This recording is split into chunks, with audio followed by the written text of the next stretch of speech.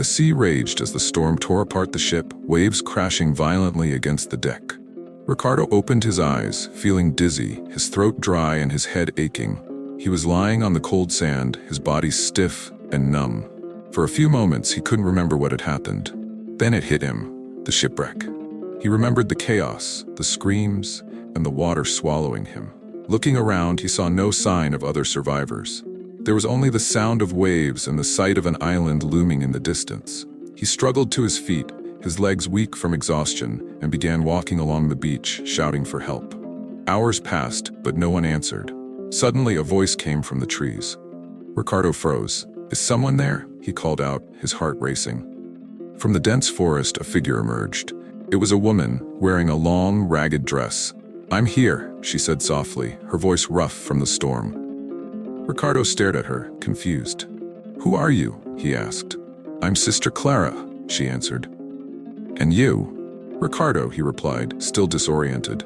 Sister Clara explained that she had been part of a small mission group on a boat when the storm hit. "I don't know where the others are," she said. The two of them didn't have much to say, both too tired and hungry to speak.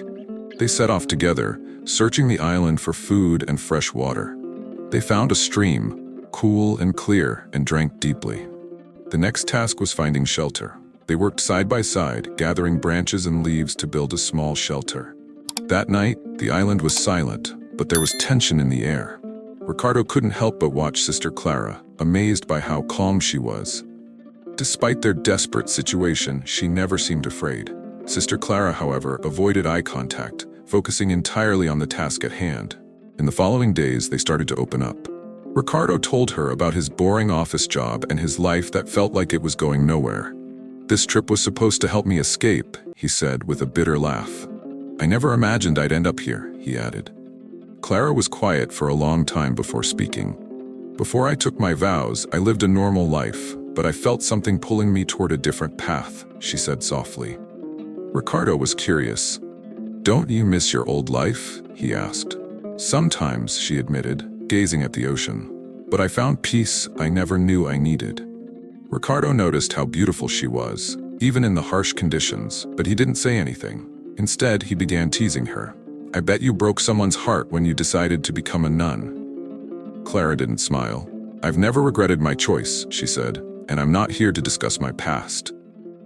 Ricardo grinned, respecting her response. "You're stronger than you seem," he said. Days passed, and they grew closer as they worked together to survive. They fished and gathered wood for a fire, becoming more familiar with each other. But Ricardo began testing Clara's limits, making jokes and remarks that flirted with the line between friendship and something more. One evening, as they sat by the fire, he decided to be more direct. "You know," he said, "if things were different, we could be more than just survivors on this island. Maybe even something more." Clara looked at him, surprised. "We're here to survive, Ricardo," she said firmly. "Nothing more." Ricardo could tell she was trying to distance herself, but there was a brief moment of hesitation in her eyes. That night, neither of them slept much, both lost in their thoughts. For Clara, the memories of her past life began to resurface. For Ricardo, his attraction to her grew stronger. The next day, as they worked together to set up a trap, Ricardo spoke again. "You know," he said quietly, "I've never met anyone like you. You're calm, strong, but there's a sadness to you." Clara paused, her gaze on the ground. "I don't carry sadness," she replied. "I carry my faith, and that's what keeps me going." Ricardo frowned, feeling the weight of her words. "It's not always easy to believe, is it?" he asked. "If there's a God, why are we here? Why did we end up on this island?" Clara looked at him, her eyes calm but serious. "I don't know why we're here, Ricardo, but I believe everything has a purpose, even this." As the days wore on, Ricardo began to see the island differently. Before the shipwreck, his life felt empty. "I used to live just to pay the bills," he confessed one evening. "I didn't care about anyone. This trip, I thought, would give me an escape, but now I'm starting to understand that I was running from something, maybe from myself." Clara listened quietly. Ricardo gazed into the fire. "And you, Clara, you make me believe that life can have meaning. You make me want to be a better person." Clara looked at him, her face a mix of sympathy and concern.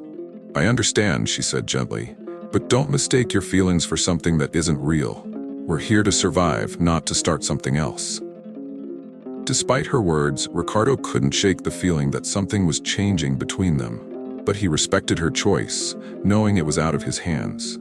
One day, while exploring the coast, they found a crate washed ashore. Inside were survival supplies and, most importantly, an emergency radio. Clara saw it as a sign of divine intervention. "God has answered us," she said, her eyes bright with hope. Ricardo, however, was less sure. "What if no one answers?" he asked. "What if we're still stuck here, waiting for something that never comes?" Clara placed a hand on his arm. "Hope doesn't fade," she said. "It's what keeps us going." They used the radio to send a distress signal, but the days passed with no response. During this time, Ricardo became more aware of his feelings. One evening, sitting by the fire, he turned to Clara. "Clara, I need to tell you something," he said. "I've fallen in love with you. I can't pretend it hasn't happened." Clara was quiet for a long time before speaking. "Ricardo, what you feel is real, but we can't let it change who we are. I've made a choice, and that choice defines me. I can't go back on it." Ricardo lowered his gaze, hurt but understanding. "What if it's fate? What if we're meant to be together?" Clara met his eyes, her gaze filled with compassion. "Our meeting wasn't by chance," she said softly.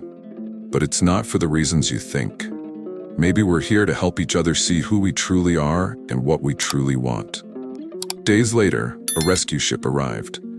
The moment had come for them to leave the island, and as the ship approached, the two stood side by side, saying nothing. There was an unspoken understanding between them.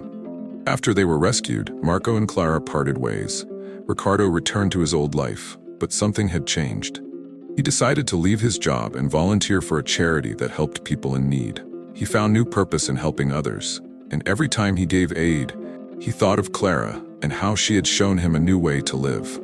Meanwhile, Clara returned to her convent, strengthened in her faith.